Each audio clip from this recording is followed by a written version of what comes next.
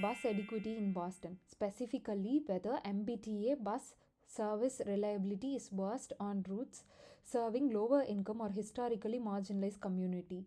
In this update, we will briefly show our early visualization findings and data processing workflow. To understand the system behavior, we first looked at the routes that have the most activity. A few major routes carry most of the demand.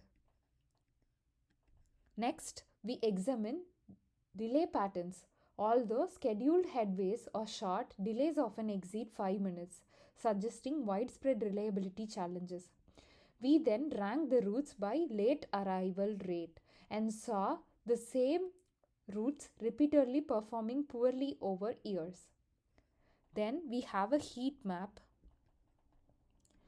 that confirms persistent reliability inequality, supporting our hypothesis that some communities may experience worse services over time.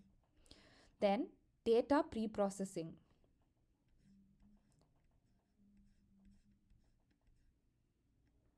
We combine three major MBTA datasets: ridership, operational, arrival, departure log, and 2024 passenger survey.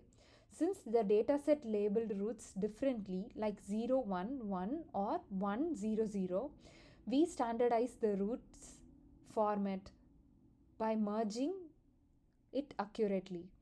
We also split survey entries, listed multiple routes, allowing democratic information to link correctly to each route.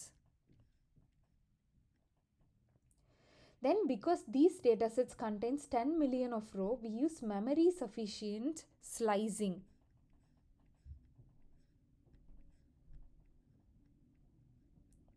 And saved the cleaned output to optimize CSV files.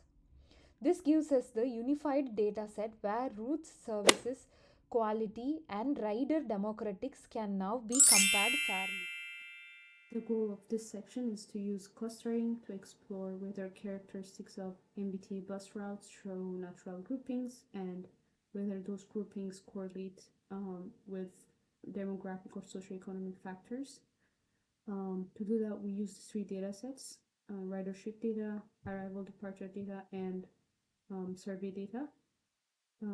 After pre-processing the data, we used two clustering algorithms, k-means and hierarchical clustering. For k-means, we used silhouette score to identify the number of optimal clusters. And similarly for hierarchical clustering, we used the dendrogram to identify the number of optimal clusters. We then pre-process the survey data to extract income-related and ethnicity-related categories, and merge the table with cluster assignments to evaluate demographic composition per cluster. After doing that, our findings show no correlation, no strong or systematic correlation between route clusters and demographic distributions.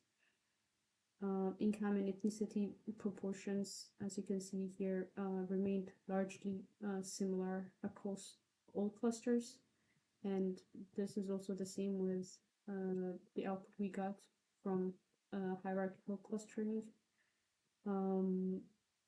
The clustering results did not reveal clear or promising patterns, so moving forward, we plan to use improved feature extraction and include additional operational metrics.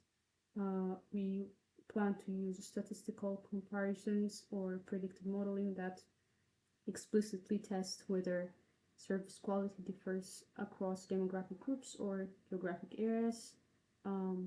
We plan to compute and compare key service metrics across demographic segments, use correlation and regression analysis to measure how strongly demographics relate to service quality.